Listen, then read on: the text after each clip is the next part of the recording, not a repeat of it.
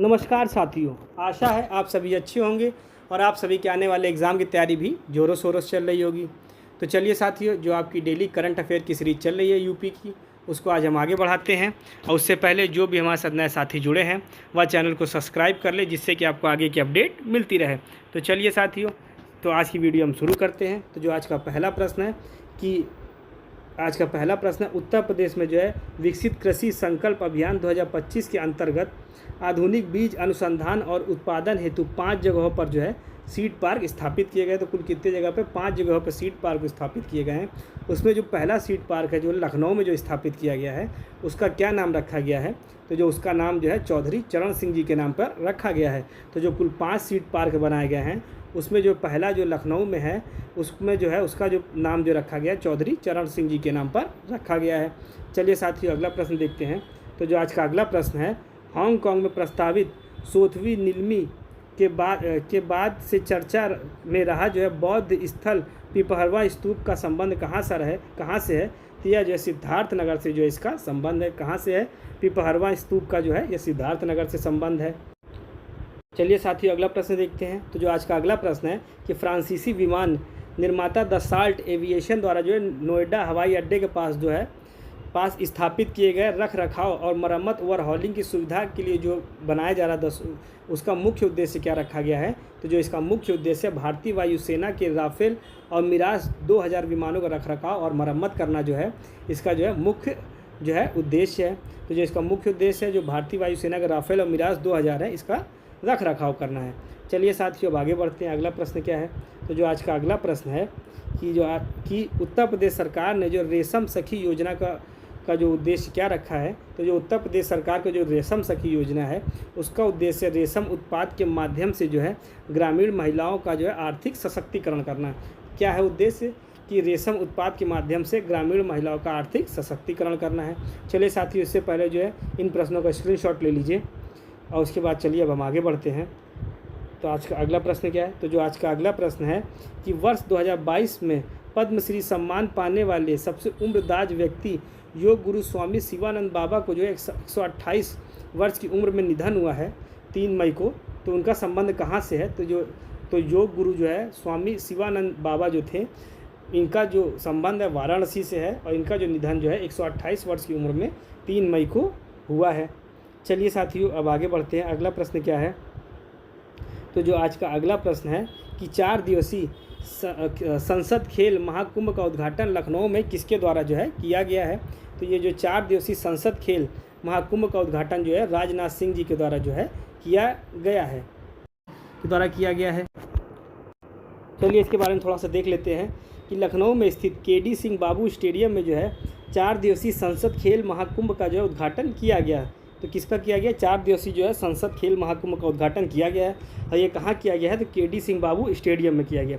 खेल महाकुंभ 19 से 22 अप्रैल 2025 तक जो है लखनऊ में आयोजित किया गया। तो 19 से 22 अप्रैल तक जो है लखनऊ में आयोजित किया गया। 4 दिवसीय खेल आयोजन में करीब 2500 खिलाड़ी 8 स्पर्धाओं athletics, kabaddi, basketball, football, hockey, boxing और जो है ताइक्वांडो में हिस्सा लिया है। तो किन 8 खेलों में हिस्सा लिया है? Athletics, kabaddi, basketball, football, hockey, boxing और ताइक्वांडो में जो है ये हिस्सा लिया है। और जूनियर वर्ग में जो है कक्षा 9 से 12 के छात्र, जबकि सीनियर वर्ग में डिग्री कॉलेज और यूनिवर्सिटी के छात्रों द्वारा किया गया है। और विजेताओं को जो है 8 लाख रुपए तक की नगद पुरस्कार दिया गया है। तो विजेताओं को 8 लाख रुपए का नगद पुरस्कार दिया गया है। तो चलिए साथियों, इसका स्क्रीनशॉट ले लीजिए और फिर हम जो है आगे बढ़ते हैं। चलिए, जो अगला प्रश्न क्या है? तो जो आज का अगला प्रश्न है, पहले स्क्रीनशॉट देख लीजिए, ले लीजिए। और जो आज का अगला प्रश्न है, आईआईटी बीएचयू की टीम ने किस नवीन फॉरेंसिक तकनीकी का विकास किया है जिसने फॉरेंसिक हैकथॉन 2025 जीता और जैविक तरल पदार्थों से ग्लाइकेन का जो है आधारित आयु का अनुमान किया गया है? तो यह जो है ग्लाइकेन आधारित आयु का जो अनुमान किया गया है। चलिए थोड़ा सा इसके बारे में देख लेते हैं। आईआईटी बीएचयू की टीम ने जो है फॉरेंसिक आयु आकलन के लिए जो एक नवीन ग्लाइकेन आधारित तकनीक का विकसित की है। तो किसका आधारित तकनीक है? ग्लाइकेन आधारित तकनीक है, जिसके जो है फॉरेंसिक हैकथॉन 2025 जीता है। इस तकनीक में जो है जैविक तरल पदार्थों का उपयोग करके व्यक्ति की उम्र की जो है सटीक अनुमान लगाया जा सकता है, यानी डीएनए के बिना भी जो है इससे जो है व्यक्ति की जो है उम्र का अंदाज़ा लगाया जा सकता है। तो यह क्या है, इसके द्वारा जो है डीएनए के बिना जो है व्यक्ति की उम्र का अंदाज़ा लगाया जा सकता है, और यह जो है ग्लाइकॉन आधारित जो है यह तकनीक है। तो चलिए इसके द्वारा जो है कौन सा पुरस्कार मिला है, तो फॉरेंसिक हैकथॉन 2025 जीता है। चलिए इसका स्क्रीनशॉट ले लीजिए सभी लोग, और चलिए आगे बढ़ते हैं। तो जो आज का अगला प्रश्न क्या है कि उत्तर प्रदेश में जो है मुख्यमंत्री सामूहिक विवाह योजना के तहत लड़कियों के बैंक के खाते में सीधे कितने की धनराशि दी जाएगी। तो जो है यह कितनी धनराशि दी जाएगी, तो जो लड़कियों के बैंक के खाते में जो है 75,000 की कुल जो है धनराशि दी जाएगी। और यह योजना जो है अक्टूबर 2017 से लागू है। कब से लागू है, अक्टूबर 2017 से लागू है। और अप्रैल से जो है यह सहायता 1 लाख कर दी गई है। इस चीज़ को याद रखिएगा, जो टोटल कुल सहायता जो है यह 1 लाख की गई है, मगर जो सीधे बैंक खाते में जो जाएगी यह 75,000 ही दी जाएगी। ये मत करिएगा कि अभी अगर ये क्वेश्चन आता है तो 1 लाख आप लोग अधिकतर लगा सकते हैं, इसीलिए इसको बताया जा रहा है कि यह जो है बैंक खाते में सीधे 75,000 दी जाएगी, और मगर जो है टोटल जो है धनराशि जो है 1 लाख कर दी गई है। और यह जो है इसमें देखिए इसमें लिखा भी हुआ है कि जो है 75,000 सीधे खाते में जाएगी। कितनी सीधे खाते में जाएगी, तो 75। तो इसमें क्या है कि सीधे 75,000 जो है सीधे खाते में जाएगी, खाते में 75,000। 10,000 जो है कपड़े, उपहार और आवश्यक वस्तुओं के लिए रहेगी, और 15,000 शादी के आयोजन के लिए की जाएगी। तो यह जो इस तरीके से पूरा है।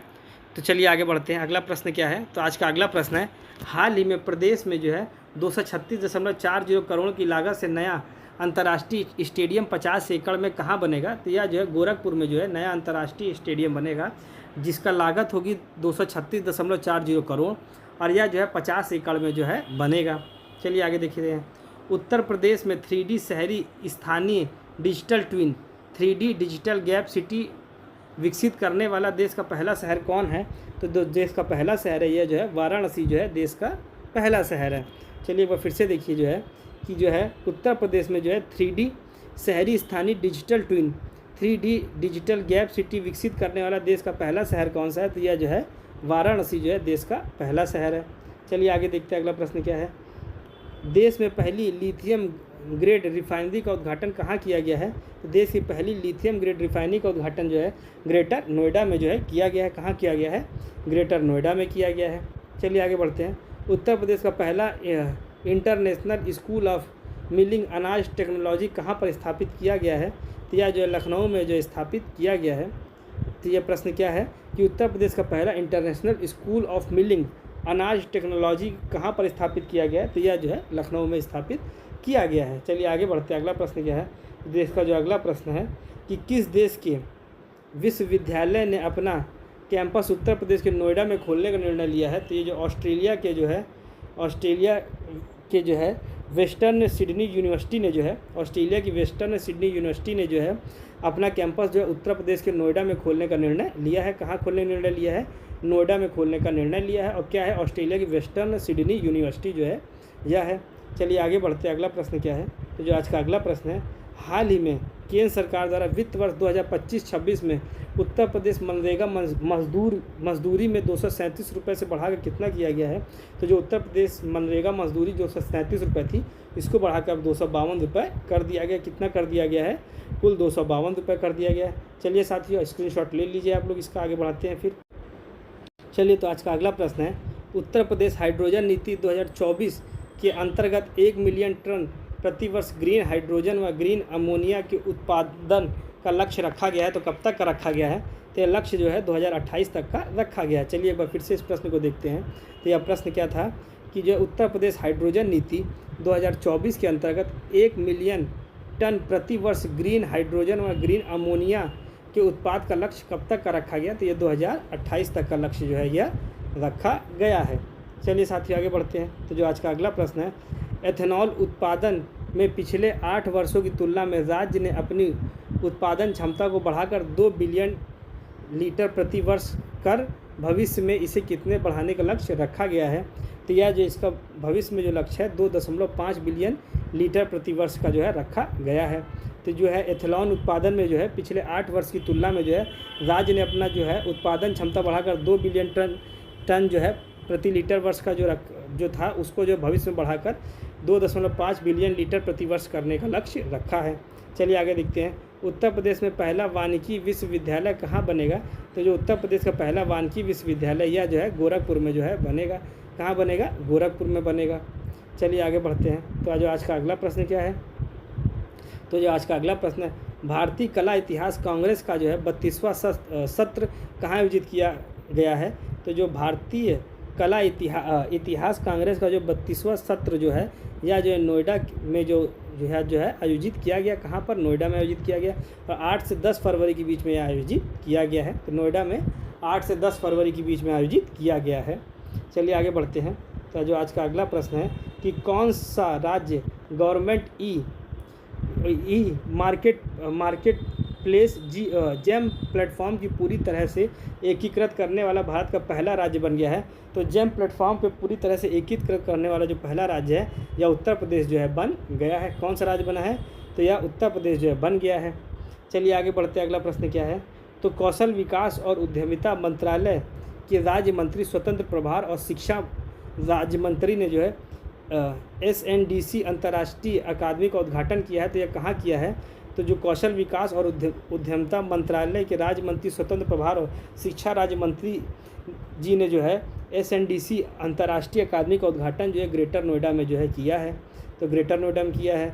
और इसके अलावा भी और भी नोएडा में क्या हुआ था अभी?